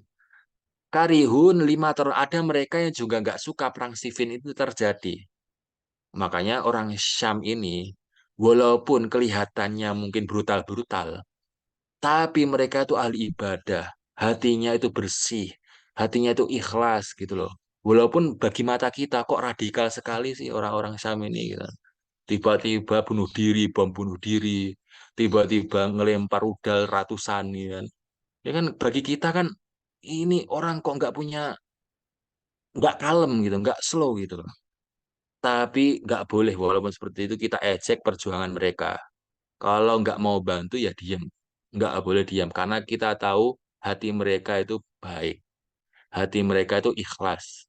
Mereka itu punya tujuan yang ingin diridhoi oleh Allah dengan mempertahankan tanah yang mereka tempati itu. Nah gitu ya. Nggak boleh kita ngecek ahlu hasyam. Yang kelima, Masjid Al-Aqsa adalah masjid kedua yang berdiri di muka bumi. Nah, jadi masjid pertama yang didirikan di muka bumi adalah Masjidil Haram. Bagaimana yang disebutkan di hadis ini. Kemudian adalah Masjidil Aqsa. Di antara keduanya itu cuma terpaut 40 tahun. Jadi setelah Masjidil Haram didirikan, kemudian baru ke Masjidil Aqsa didirikan, jaraknya itu sekitar 40 tahun. Wa aynama adrakat kasola fasolli fahuwa masjid. Di syariat kita, dimanapun kita bisa sholat. Ya, kalau nggak harus di Masjidil Haram, nggak harus di Masjid Nabawi, nggak harus di Masjidil Aqsa, tapi dimanapun kita bisa sholat. Tapi ini ingin menggambarkan bahwasanya Masjidil Aqsa ini masjid yang umurnya paling tua setelah Masjidil Haram. Gitu. Itu masjid yang sangat mulia. Jangan sampai kita kehilangan aset yang sangat berharga ini. Sebagaimana kita nggak mau kehilangan Masjidil Haram, maka jangan sampai kita juga kehilangan Masjidil Aqsa. Masjid kedua yang dibangun oleh para nabi setelah Masjidil Haram. Yang keenam, sholat di Masjidil Aqsa menghapus dosa. Di sini diriwayatkan oleh Abdullah bin Amr bin As, bahwasanya Rasulullah SAW bersabda, anna Sulaiman ibn Daud sallallahu alaihi wasallam lamma bana Baitul Maqdis sa'alallah azza wa jalla khilalan thalathah. Ketika Nabi Sulaiman itu membangun Baitul Maqdis, Masjidil Aqsa ini, beliau itu berdoa 3 hal. Doa yang pertama, sa'alallah azza wa jalla hukman yusadifu hukmahu fa'utiyah. Nabi Sulaiman itu mohon kepada Allah, kalau Nabi Sulaiman memutuskan suatu perkara harus sesuai dengan apa yang diinginkan oleh Allah. Artinya semua keputusannya itu benar, nggak mungkin salah keputusan Nabi Sulaiman. Kan Nabi Sulaiman itu raja ya saat itu. Nabi Sulaiman ingin semua keputusannya itu nggak salah, semuanya benar. Maka dikabulkanlah oleh Allah. Semua keputusan Nabi Sulaiman itu benar, nggak pernah salah. Bahkan ketika ada apa namanya konflik, itu selalu Nabi Sulaiman bisa melihat mana yang salah, mana yang benar. Orang mana yang mendolimi, orang mana yang bohong, orang mana yang enggak. Itu berkat doanya ini yang dikabulkan oleh Allah. Yang kedua, Nabi Sulaiman meminta sallallahu alaihi wasallam mulkan la yang bagi li ahadin min ba'di fa'utiyah. Nabi Sulaiman itu meminta kekuasaan yang enggak diberikan kepada siapapun setelahnya. Kekuasaan apa itu? Kekuasaan mengatur angin dan mengatur bangsa jin. Maka setelah Nabi Sulaiman, nggak boleh siapapun dari manusia menyuruh jin. Hukumnya dosa. Kenapa? Karena melanggar doanya Nabi Sulaiman. Bahkan Nabi Muhammad SAW ketika ngelihat jin, ngelihat setan, ganggu sholatnya, itu kemudian setan itu diikat di tiang masjid, di tiang Masjid Nabawi. Kemudian Rasulullah teringat doanya Nabi Sulaiman. Ternyata bahwasanya Nabi Sulaiman nggak boleh berdoa, nggak boleh ada setelahku yang punya kekuasaan sepertiku. Langsung Nabi Muhammad melepaskan setannya. Kenapa? Nggak boleh ngatur setan. Nggak boleh ngatur jin walaupun selevel Nabi Muhammad SAW. Maka nggak boleh kita minta tolong sama jin, nggak boleh. Walaupun itu remeh-temeh, misalnya ambilin pulpen, itu dosa besar. Kenapa? Karena menyalahi doanya Nabi Sulaiman. Apalagi sampai santet, apa guna-guna, atau sampai bangun bangun rumah dengan bantuan jin itu benar-benar menyalahi doanya Nabi Sulaiman. Doa Nabi Sulaiman yang ketiga apa? Wa sa'alallah azza wa jalla setelah Masjid Aqsa ini dibangun, beliau berdoa semoga orang yang pergi ke Masjid Aqsa yang aku bangun ini, yang ingin sholat di dalamnya, maka dosanya itu diampuni. Dan kalau dia keluar dari Masjid Aqsa, dia itu seperti bayi yang baru lahir. Semua dosanya itu clear, bersih gitu. Ini yang nggak diberikan petunjuk ini sudah dikabulkan atau enggak. Doa yang ketiga ini. Tapi Rasulullah SAW berharap doa ini juga dikabulkan seperti doa yang kedua, yang pertama tadi, doa 1 dan kedua tadi. Makanya kita meyakini bahwasanya fadilah sholat di Masjid Aqsa ini adalah mengampuni semua dosa kita. Kalau kita menuju Masjid Aqsa itu bukan untuk apa namanya pamer ya, bukan untuk apa namanya nyari sensasi, ya. Bukan untuk bikin konten. Khusus lillahi ta'ala sholat. Makanya betapa banyaknya fadilah orang-orang Palestina yang berusaha iktikaf di Masjidil Aqsa. Demi sholat di dalamnya. Itu semua dosanya hilang gitu insya Allah. Ketika dibunuh oleh tentara Israel itu suci, syahid, benar-benar syahid. Maka itu adalah fadilah yang Masya Allah luar biasa. Makanya kita tahu kenapa ke orang-orang mereka nggak mau pergi dari sana. Walaupun segitu banyaknya cobaannya. Tetap mereka itu ingin sholat di Masjidil Aqsa. Bentuk tentara Israel itu kayak gitu tetap mau di sana. Kenapa? Ya karena lihat hadis ini begitu indahnya. Kita itu nggak mau apa-apa di dunia ini. Cuma mau meninggal dalam keadaan nggak punya dosa itu aja lah. Simple permintaan kita. Sehingga ketika kita bertemu sama Allah, itu clear. Yang ada itu cuma kebaikan aja. Yang dosa nggak ada. Itu nikmat banget. Bayangin kita di akhirat tuh di padang mahsyar ditampakin CCTV kita 24 jam dari bayi, dari lahir ke apa namanya saya mati. Diperlihatkan tuh, nah tuh maksiat. Itu betapa malunya kita ya, betapa sedihnya kita. Tapi ketika kita meninggal tanpa dosa, lega rasanya itu di padang mahsyar itu nggak ada itu film jelek tentang kita itu nggak ada. Dan itu adalah fadilahnya orang sholat di masjid. So, ketika orang itu benar-benar sholat di masjid. Hadis ketujuh, Syam benteng pertahanan orang mukmin. Nah, di sini dari Salamah bin Ufail Al-Kindi radhiyallahu anhu, qala kuntu jalisan inda Rasulullah sallallahu alaihi wasallam. Faqala, jadi ketika Salamah ini duduk bersama Rasulullah sallallahu alaihi wasallam, kemudian ada seorang yang bertanya, "Ya Rasulullah, adzalan nasul khail." Orang-orang itu udah nggak peduli sama kuda-kudanya lagi. Wa wada'us silah, dan senjata itu udah dimasuk ke lemari semua. Wa qalu la jihad. Qad wadu'atil harbu auzara. Udah nggak usah perlu jihad lagi. Hidup udah tentram, nyaman. Ini kayak apa dejavu gitu ya, kayak di zaman sekarang gitu ya. Ini nggak usah peduli sama kuda, nggak boleh sama senjata. Udah PW, hidup nyaman, wifi lancar, gitu kan. Kok kayak dejavu itu ya. Faqbala Rasulullah SAW biwajhi. Kemudian Rasulullah SAW menghadap orang itu dengan wajahnya. Waqala kadzabul an. Dia salah. Al-anja al-kital. Peperangan itu sekarang terjadi. Wala yazalu min ummati ummatun yuqatiluna al-haq. Setiap zaman akan ada umatku yang terus berjihad dengan senjata.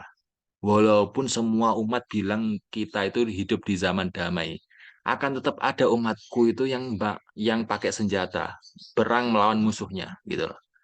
Yuzigullahu lahum qulubal aqwamin wa yarzuquhum minhum hatta taqumas sa'a. Sampai kiamat itu muncul. Wa hatta ya'tiya wa'dullah. Sampai janji Allah itu ada. Wal khailu ma'qudun fi nawasiha al khairu ila yaumil qiyamah. Kuda yang kita latih setiap hari itu akan kita yang melatihnya akan dapat pahala sampai hari kiamat ya, itu berlaku. Wa huwa yuha ilayya anni makbudun ghairu mulabbas wa antum tattabi'uni afnadan. Dan diwahyukan kepadaku kata Rasulullah bahwasanya apa namanya di sini, bahwasanya aku itu akan mati kata Rasulullah tanpa nunggu-nunggu kalian. Ya kalau waktunya aku mati, ya aku nggak akan nunggu kalian, aku akan pergi gitu loh. Sedangkan kalian mengikutiku secara terpisah-pisah. Ini seperti Rasulullah itu ingin mengisyaratkan ke kita suatu saat nanti kita itu akan terpisah dengan negara. Ada Indonesia, Malaysia, dan terpisah-pisah kita berjuangnya sendiri-sendiri. Akhirnya ketika satu dijajah, yang satu ya udahlah itu kan urusan negara lain. Nah, jadi kayak seperti itu. Jadi itu Rasulullah itu ya Allah, itu benar-benar nggak cuma peduli di zamannya aja, sampai umatnya saat suatu saat nanti, yaitu zaman kita, itu masih dipedulikan sama beliau gitu loh. Yang Rasulullah pun nggak pernah lihat kita, tapi peduli sama kita, masya Allah ya. Ya dari ba'dukum riqaba ba'd nih. Sampai suatu saat nanti kita itu saling perang sesama umat Islam. Wa ukra daril mu'minin asyam, dan benteng terakhir pertahanan umat Islam, tempat tinggal utama umat Islam adalah Syam. Kalau Syam ini hancur, maka semua umat Islam ini akan hancur juga. Hadis yang kedelapan, semua akan pergi ke Syam pada waktunya. Lihat nih. Sebenci apapun kita sama Palestina, semua akan ke Palestina pada waktunya. Semua akan ke Syam pada waktunya. Maka rugi kalian itu kalau kita itu misalnya ngecek-ngecek Palestina, ya kan? Atau bahkan cuek sama Palestina. Ujung-ujungnya kita akan ke Palestina juga pada waktunya. An Abdullah bin Amrin wa Abdullah bin Umar radhiyallahu anhum. Qala, mereka berdua para sahabat yaitu Abdullah bin Amr sama Abdullah bin Umar berkata, ya'ti alan nasi zamanun la yabqa mu'minun illa lahiqa bisyam. Jadi suatu saat nanti semua umat Islam itu akan join bergabung untuk perang bersama penduduk Syam. Nggak akan satu orang mukmin pun yang nggak ikut membela Syam. Itu sayati, ya, akan ada. Artinya kita akan ke Syam pada waktunya. Nggak akan ada orang mukmin yang nggak ikut join untuk gabung sama Syam. Nggak ada. Nggak ada. Kata sahabat, dan sahabat tuh nggak mungkin ngarang-ngarang cerita. Ini adalah ajarannya Nabi Muhammad Shallallahu Alaihi Wasallam yang lewat lisannya para sahabat. Bahwasanya di akhir zaman nanti kita ujung-ujungnya akan membela Syam semua. Hadis ke-9, Taurat menceritakan bahwa kekuasaan Islam akan berada di Syam. Makanya, kenapa kok Zionis paling gentol merusak Syam? Karena tahu bahwasanya kalau Islam memiliki Syam secara utuh, kita itu udahlah wassalam gitulah istilahnya. Kita udah nggak ada apa-apanya di muka bumi ini, gitu. Nggak punya power lagi. Kalau Syam ini dikuasai umat Islam secara utuh, makanya kita lihat Syam ini paling banyak peperangannya ya, karena sengaja dibikin. Yahudi itu tahu, makanya kita bilang Yahudi itu tahu kebenaran, tapi malah nggak mengamalkannya gitu loh. Bukan malah kita itu diserah apa beriman, Yahudi beriman terus memakmurkan Syam, malah memerangi Syam biar Islam ini nggak jaya-jaya gitu loh. An Ibn Abbas radhiyallahu anhuma annahu sa'ala Ka'ab al-akhbar kaifa tajidu na'tan Nabi sallallahu alaihi wasallam fit Taurat. Jadi Ibnu Abbas radhiyallahu anhu ini kan ahli tafsir. Beliau sangat peduli sama tafsir Al-Qur'an. Beliau bertanya kepada Ka'ab al-Akhbar, yang Ka'ab al-Akhbar ini adalah tabi'in yang sebelumnya Yahudi kemudian masuk Islam. Ibnu Abbas tanya, gimana Taurat mensifati Nabi Muhammad SAW? Kata Ka'ab al-Ahbar, najituhu, jadi kita itu ngelihat di Taurat, namanya adalah Muhammad ibnu Abdullah. Muhammad anaknya Abdullah. Yuladu bi Makkah, kata Taurat, Nabi Muhammad itu lahir di Mekah. Wa yuhajiru ila Tobah, kemudian hijrah ke Madinah. Wa yakunu mulkuhu bisyam. Dan kekuasaan Islam ini akan berada di Syam. Ini yang diceritakan Taurat ya kan, terhadap Nabi Muhammad SAW dan Islam yang dibawakan oleh Nabi Muhammad SAW. Maka Yahudi itu tahu sebenarnya. Kita aja yang mungkin yang nggak tahu hadis ini ya, sehingga kita tertipu. Syam aja, ambil gitu. Padahal itu adalah inti dari kekuasaan kita. Kalau hancur ya wassalam, semua umat Islam ini nggak ada baiknya sama sekali.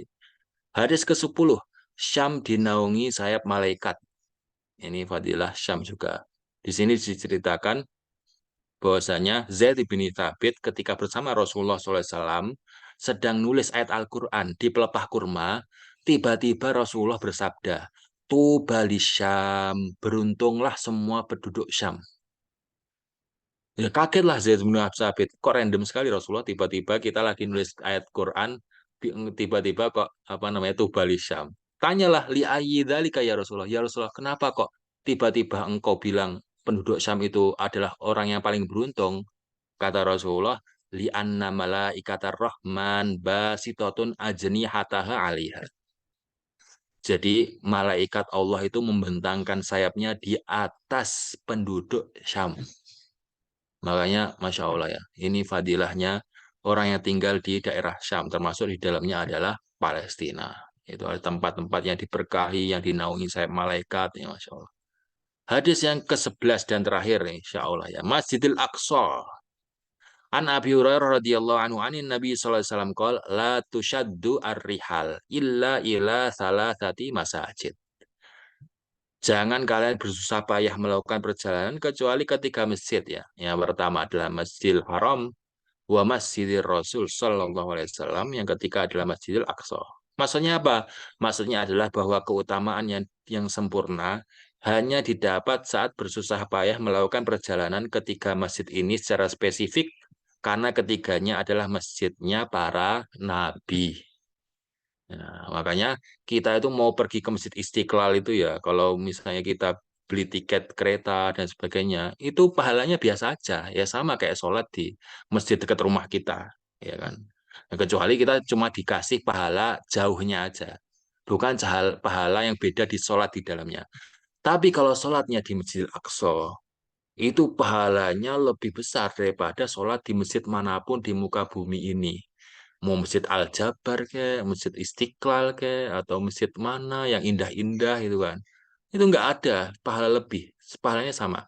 Masjid Al-Aqsa ini punya kemuliaan. Kalau kita mau menyerahkan ini ke musuh, itu hanya orang-orang bodoh aja yang mau menyerahkannya. Gitu. Yang seharusnya kita rebut. Tempat kita itu healing syar'i.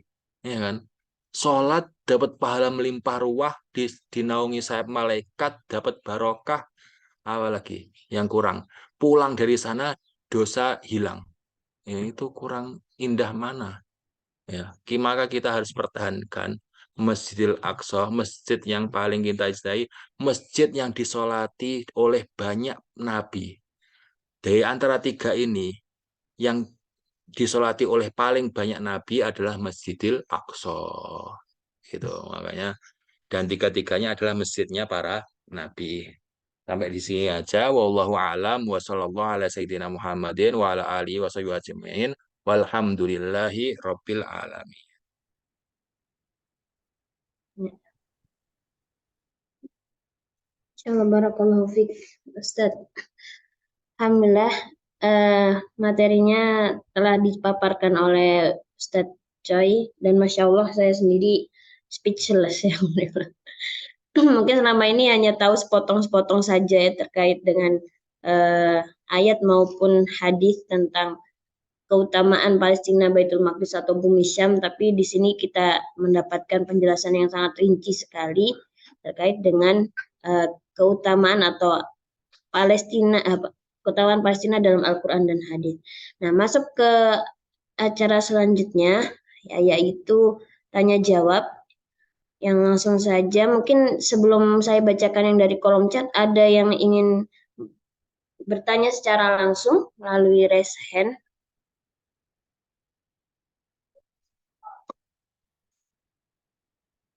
Tidak ada. Ya, kalau tidak ada saya bacakan dari kolom chatnya.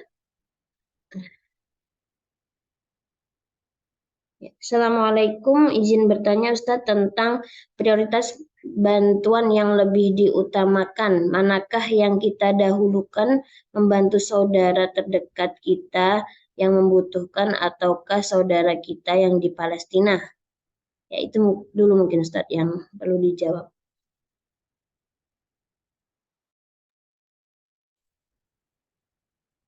Secara hukum jihad dafo ini ya, yaitu jihad mempertahankan daerah muslim karena diserbu oleh musuh kafir dari luar.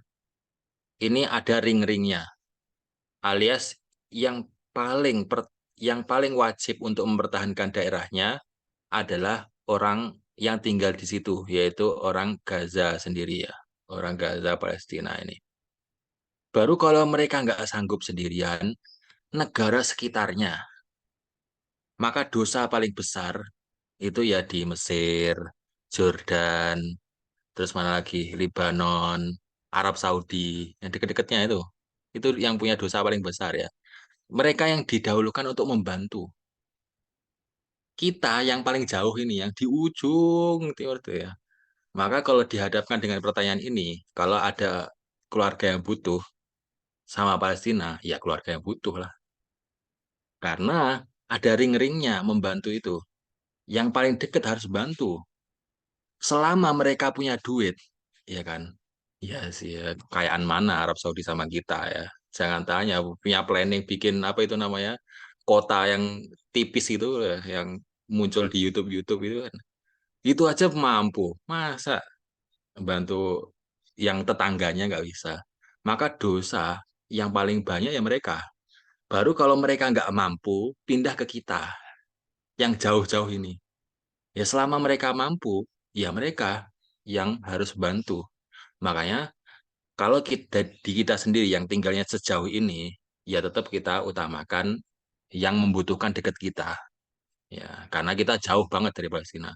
Tapi kalau ada harta yang lebih, ya keluarga udah cukup, ya kan, nggak ada masalah, nafkah aman gitu kan. Terus sedekah selain keluarga kita yang agak jauh juga agak aman gitu kan, nggak ada yang terlalu membutuhkan, ya bisa lah kita sisihkan sebagian untuk Palestina. Nah itu kalau posisi kita gitu. Kecuali kalau kita tinggalnya di Mesir ya, itu urusan jawaban Anda mungkin beda. Tapi karena tinggal kita di Indonesia ya seperti itu. Ya kalau nafkah aman silakan dibantu. Kalau nafkah masih ya merosot-merosot kayak gini ya diutamakan keluarga dulu ya kan. Ya, kita amankan agama keluarga kita. Jangan sampai kita membantu yang jauh, tapi gara-gara keluarga kita nafkahnya itu kekurangan, akhirnya maksiat, akhirnya apa tidak patuh sama Allah dan Rasulnya. Itu parah kalau menurut Ana. Jadi itu ya, karena kita jauh, maka lebih baik prioritaskan ke keluarga yang butuh terlebih dahulu. Kecuali kalau kita tinggalnya dekat sama Palestina, maka kita prioritaskan untuk membantu mereka. Syukron. Ya, syukur Ustaz. Semoga menjawab pertanyaan dari Bu Rina tadi ya. Lanjut ke pertanyaan selanjutnya. Assalamualaikum, Jin bertanya, Tanah Syam adalah sebaik-baiknya daerah. Apa yang harus kita perbuat agar pahala kita mendekati orang lain yang tinggal di negara Syam, Ustaz?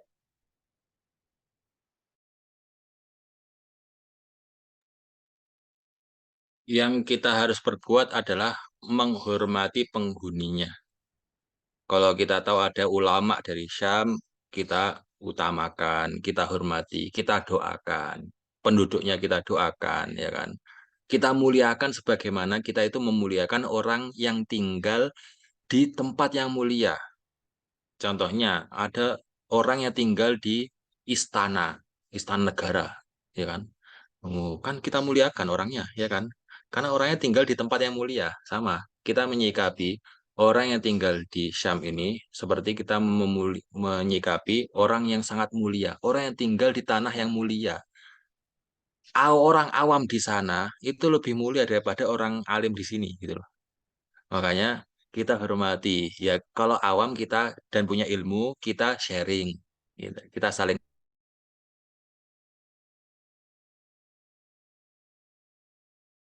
tinggal di Asyam gitu. Jadi nggak harus kita pergi ke sana, nggak ya semua harus tinggal di tempatnya masing-masing. Gitu. Berjuang menegakkan syariat Islam di daerahnya masing-masing gitu.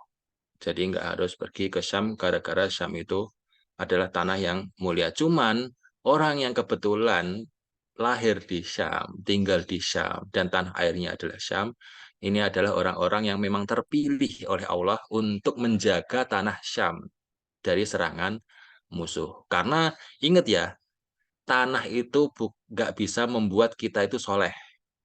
Yang bisa membuat kita soleh itu diri kita sendiri. Ada orang itu pernah ngapa bercanda gini. Seandainya kita hidup di zaman Rasulullah SAW, pasti kita menjadi wanita solihah gitu kan. Belum tentu bisa jadi kayak istrinya Abu Jahal. Sama-sama hidup di zamannya Rasulullah, tapi malah membantu kekufuran, memerangi Rasulullah gitu. Jadi bukan kita itu hidup di mana, tapi diri kita sendiri gitu loh. Jangan sampai mikir seperti itu. Ah, anak ingat di Syam biar jadi orang yang mulia. Belum tentu, ya kan? Ujung-ujungnya kembali ke iman kita. Kalau iman kita udah baik, kita bisa menegakkan syariat di diri sendiri, di keluarga, di masyarakat kita, maka dimanapun kita tinggal, maka itu akan menimbulkan barokah. Apalagi kalau tempatnya barokah lagi, ya gitu. Itu. Makanya itu yang mungkin bisa kita kerjakan. Bagaimana menyikapi bahwasanya tinggal di Syam itu ya pahalanya bagus ya biar kita dapat pahala juga yaitu menghormati orang-orang yang tinggal di Syam. Kita bantu kalau mereka butuh bantuan ya. Dengan kemampuan kita ya. Tentunya ya kita juga menjaga keimanan kita sendiri-sendiri ya. Takwaan kita sendiri-sendiri. Syukran. Ya, syukur Ustaz. Kemudian ada pertanyaan lagi, izin bertanya, setelah melihat hadis-hadis keutamaan Syam, apakah orang yang berperang demi negara Palestina semata, demi tanah air, atau menampakkan kecintaan kepada Palestina dengan memakai sorban baju bermotif bendera Palestina tanpa mengetahui keutamaannya, apakah termasuk eh, hamiyah? Ya, termasuk hamiyah.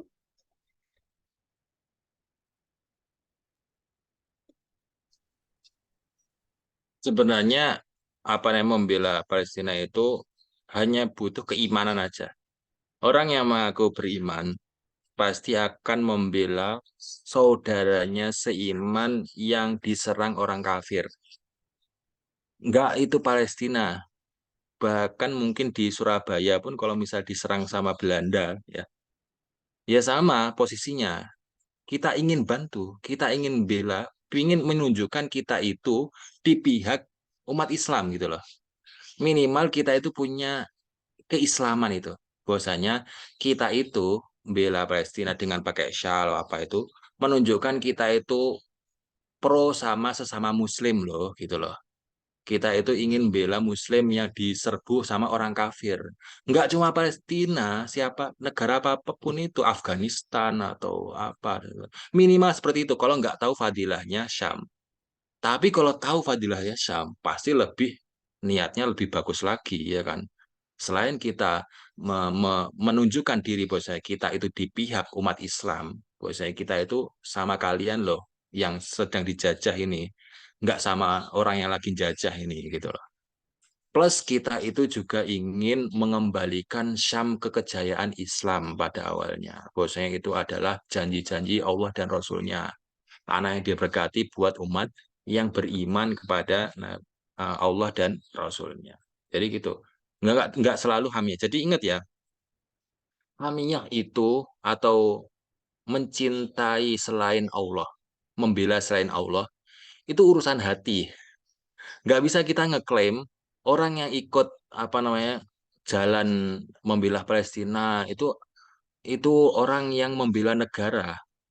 Enggak. Ada yang di dalam hatinya itu ikhlas, peduli sama sesama Muslim yang tersiksa inilah. Nah, gitu. Maka kita nggak bisa menyamaratakan semua, nggak bisa.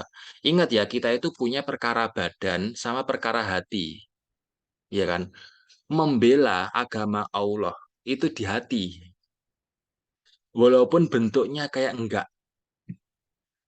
walaupun bentuknya kayak enggak. Makanya ketika sahabat bilang, bertanya, siapa dari orang-orang yang pergi berperang yang dia itu syahid? Kata Rasulullah SAW apa?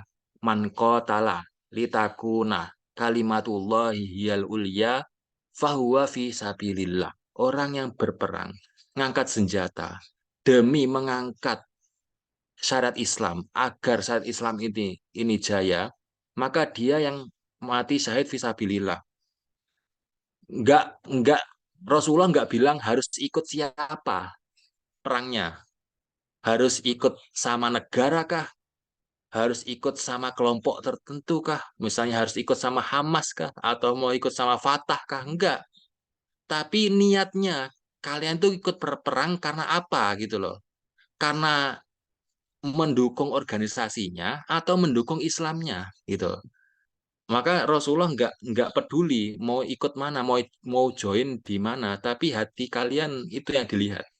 Sama keluar untuk menunjukkan apa namanya pembelaan kita ke Palestina bukan berarti kita itu pro negaranya aja gitu loh. Maksudnya kita itu mendukung negara secara negara itu loh. Nah, itu bahwasanya kita harus membela negaranya. Enggak. Ada yang di dalam hatinya itu merasa ingin membela umat Islam yang dizolimi aja. Mau negaranya itu nggak penting, mau negaranya berubah jadi negara Jawa, negara Blitar yang tempatnya di Baitul Maqdis itu tiba-tiba Palestina namanya jadi negara Blitar Raya gitu ya, nggak apa-apa gitu kan. Yang penting Muslimnya itu bisa hidup nyaman, nggak dijajah Israel lagi. Kan ada orang-orang yang berpikir itu kan, sesimpel itu loh. Gitu. Makanya kita nggak boleh nyamaratain, nggak boleh kita itu menghukumi orang itu langsung dipukul rata. Oh, ini hamiyah jahiliyah ini apa namanya apa namanya sifat-sifat jahiliyah membela apa namanya kabilah atau membela negara gitu. Enggak. Semua tergantung hatinya masing-masing. Syukron. Ya, syukran Ustadz. Semoga menjawab pertanyaan tadi. Kemudian mungkin ada yang ingin bertanya kembali dari seluruh peserta. Masih ada waktu.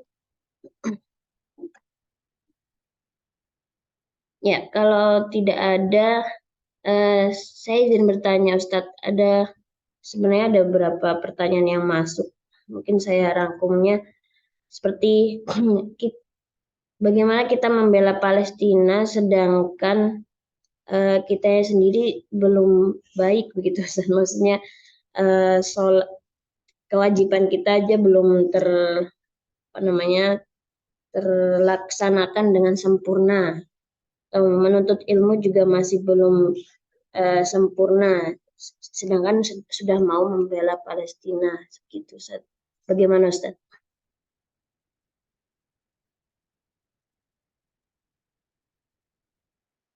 Ya kembali lagi itu punya jurusannya masing-masing ya. Membela umat Islam yang dizolimi ini ibadah tersendiri. Menuntut ilmu itu ibadah tersendiri. Jangan sampai kita itu menghancurkan satu ibadah gara-gara ibadah yang satu lagi nggak dilakukan. Contohnya kayak gini. eh, Kenapa ente harus membantu? Kenapa kok ente fokus membantu orang? Sedekah-sedekah. Apa namanya? Padahal sholat aja ente bolong-bolong. Lah, salah. Cara menasihati kayak gitu salah. Sedekahnya tetap jalan karena itu ibadah sendiri. Ya sholatnya harus jalan juga. Kita nasihati di mana dia itu ibadahnya apa namanya lengah gitu loh. Jangan kita hantam ibadah yang dia udah rajin gara-gara dia lengah di ibadah yang lain. Itu salah. Cara cara amar ma'ruf nahi mungkar yang kayak gini salah. Jangan sampai kita menghantam orang yang punya fokus di ibadah membela saudaranya dizolimi orang kafir ini dengan karena dia itu melalaikan ibadah yang lain. Yang ada kita ajak mereka yang fokus dengan isu-isu Palestina untuk juga peduli dengan ibadah yang lain yang dia itu juga membutuhkannya gitu loh. Itu sikap yang bijak menyikapinya. Jangan sampai kita ancam, ya udah, jangan urusi itu dulu, urusin yang ini dulu. Enggak, semuanya harus kita kerjakan. Karena kadang-kadang kita itu memiliki fokus sendiri-sendiri disadari atau enggak. Kita itu punya kecenderungan sendiri-sendiri. Ada yang condong ke sholat, tapi ya puasa ya biasa aja gitu lah. Ya paling puasanya Ramadan aja lah. Sama satu puasa sunnah lah, ya, setahun sekali gitu. Tapi kalau sholat sunnah itu Masya Allah, rajin sekali. Sama, kita itu punya kecenderungan sendiri-sendiri. Manusia itu kayak gitu. Dan para sahabat itu juga kayak gitu. Sehingga kita bersyukur ada orang yang fokus sama isu Palestina. Kita Alhamdulillah ya, ya teringani lah ya. Ada orang yang menyuarakannya gitu sehingga kita bisa fokus ke ibadah yang lain. Makanya kita itu harus husnudon sama teman sesama muslim, jangan hantam-hantaman kayak gitu ya kan. Sama ada NU fokusnya kayak gini, Muhammadiyah fokusnya kayak gini, Jamaah Tabligh fokusnya kayak gitu kan, semuanya punya fokus sendiri-sendiri dan melalaikan sebagian syariat Islam yang lain ya kan. Nah, tugas kita saling melengkapi aja. Ujung-ujungnya saling melengkapi. Kita saling menasihati di mana mereka lalai gitu loh. Ya gitu sama. Isu Palestina itu sebenarnya juga gitu. Dia lebih fokus ke ibadah tertentu walaupun mungkin melalaikan ibadah yang lain. Kita saling melengkapi aja dan saling support satu sama lain. Kata namanya apa namanya Muslim itu kan seperti apa namanya genggaman tangan ya. Rasulullah pernah mensifati wasyabaka baina asobihi. Jadi saling mengikat gini. Jadi ada yang tangannya panjang ini kan, ada yang pendek ini. Coba jari semuanya sama gini, kan nggak lucu kan, unik ya. Jarinya itu rata semua gini kan. Makanya Islam ini umatnya itu dibuat setiap orang itu punya kecondongan masing-masing agar saling melengkapi. Sehingga ketika nyengkram sesuatu itu kuat gitu loh. Seandainya itu rata, itu kalau nyengkram itu aneh, itu longgar itu gitu. Nah gitu. Makanya nggak apa-apa. Tetap fokus menyuarakan isu Palestina bagi yang punya fansen di sana, tapi ingat harus ibadah yang lain juga harus dikerjakan. Syukron. Ya, syukran Ustaz. Masya Allah. Sudah selesai untuk sesi tanya jawabnya. Nanti kalau ada yang ingin ditanyakan kembali, boleh langsung chat saja. Nanti insya Allah akan saya forward kepada Ustadz. Baik, masuk ke agenda selanjutnya. Boleh mohon kesediaannya Ustadz untuk memimpin doa kepada kami semua. Kepada Allah. Alhamdulillahirrahmanirrahim, hamdal hamidin, hamdal syakirin, hamdal na'imin, hamdal yu'afi ni'amahu wa yukafi mazidah. Ya Rabbana lakal hamdu kama yanbaghi li jalali wajhikal karim wa azimi sultanik. Allahumma salli wa sallim wa barik ala sayyidina wa habibina wa syafiina wa qurrati a'yunina Muhammadin sallallahu alaihi wasallam wa ala ali baitihi wa alihi wa ashabihi wa tabi'ahum bi ihsani ila yaumiddin. Allahumma fir lana dunubana wa liwalidayna warhamhuma kama rabbawna shighara wal jami'il muslimina wal muslimat wal mu'minina wal mu'minat al ahya'i minhum wal amwat. Allahumma faqihna fid din wa alimna ta'wil. Allahumma anfa'na bima 'allamtana wa'allimna ma yanfa'una warzuqna uluman tanfa'una ya Allah ya Rabbal Alamin. Allahumma anji ikhwanana al-mustad'afina fi Syam. Allahumma anji ikhwanana al-mustad'afina fi Gaza. Allahumma anji ikhwanana al-mustad'afina fi Palestin. Allahumma anji ikhwanana al-mustad'afina fi Suriah. Allahumma anji ikhwanana al-mustad'afina fi kulli makan. Allahumma kun lahum aunan wa nasirah. Allahumma alaika bi aduwika wa aduwihim. Allahumma alaika bil yahud bi daulatil yahudil ghasibin. Allahumma alaika bi daulati Israel al-ghasibin. Allahumma alaika bi junudihim. Allahumma alaika bi kulli ajhizatihim ya Allah. Allahumma qtulhum badada wa la tubqi minhum ahada. Rabbana atina fid dunya hasanah wa fil akhirati hasanah wa qina adzabannar. Subhana rabbika rabbil izzati amma yasifun wa salamun alal mursalin walhamdulillahi rabbil alamin.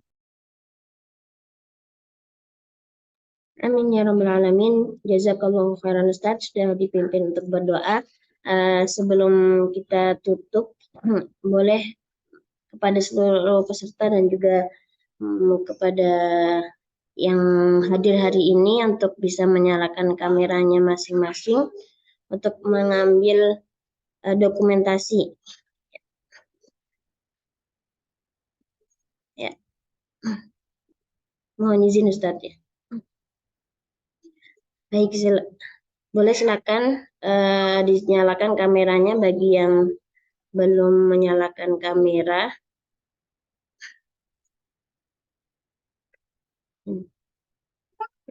Saya hitung 1, 2, 3.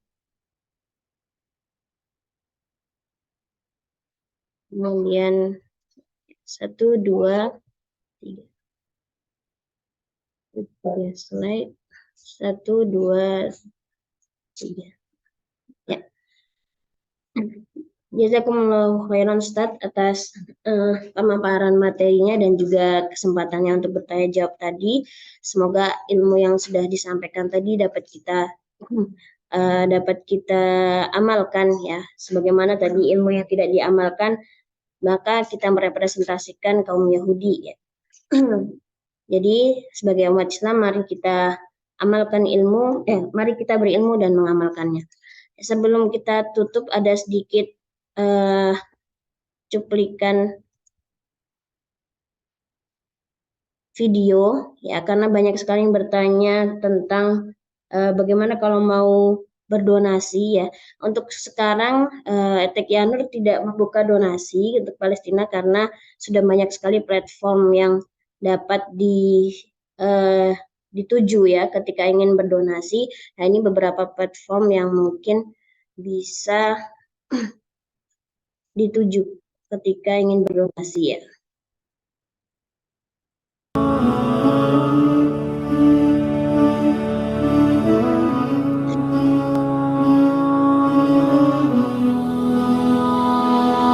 cannot break us, they cannot shake us. Patiently waiting for guaranteed freedom. You can take our homes, but we will remain strong. 'Cause Allah's on our side, and He's where we belong.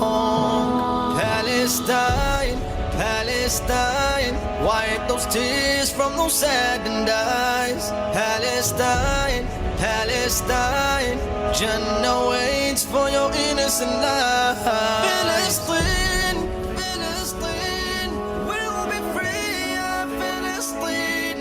Oh, we feel it, we all feel your pain, your pain. Palestine, Palestine, we'll be free at Palestine. Oh, believe in the one who protects your faith. You can do no harm, even with your bombs. You have the big tanks, but we have Allah. You are the tyrants through all your violence. We have the Ummah, and we won't be silenced. Palestine, Palestine, wipe those tears from those saddened eyes. Palestine, Palestine, Jannah waits for your innocent lives. Palestine, Palestine, we'll be free at Palestine. Oh, we feel it, we all feel your pain, your believe in the one who protects your faith. In the eyes of the children is the courage of millions. Rise up, Palestinians, if you call Allah listens. Palestine, Palestine, we'll be free at Palestine. Oh, we feel it, we all feel your pain, your pain. Palestine, Palestine, we'll be free at Palestine.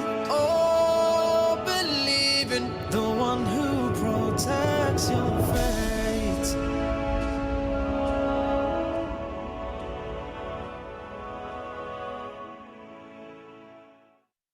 Palestine, Palestine, oh. Cannot break us, they cannot shake us.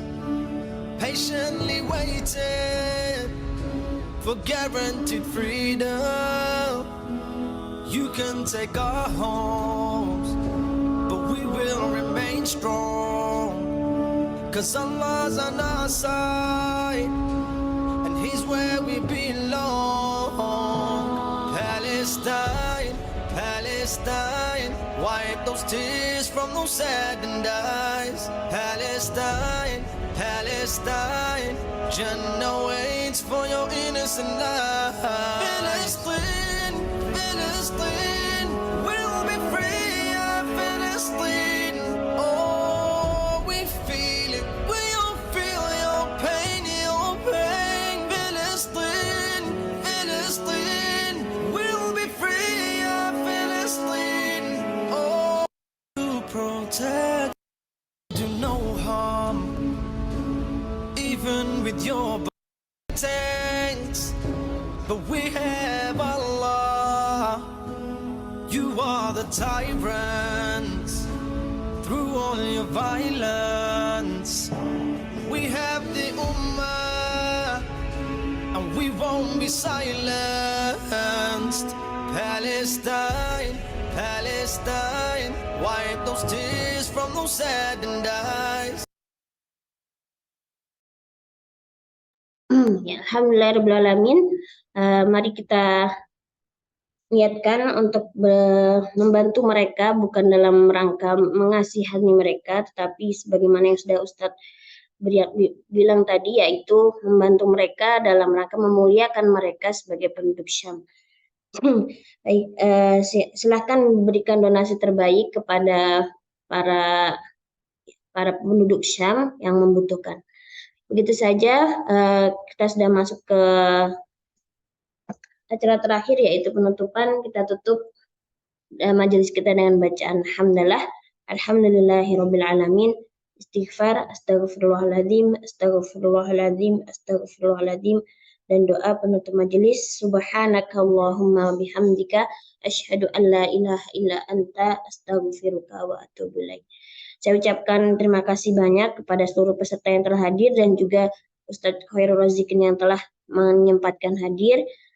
Saya sebagai MC mohon maaf jika ada salah kata perbuatan. Assalamualaikum warahmatullahi wabarakatuh.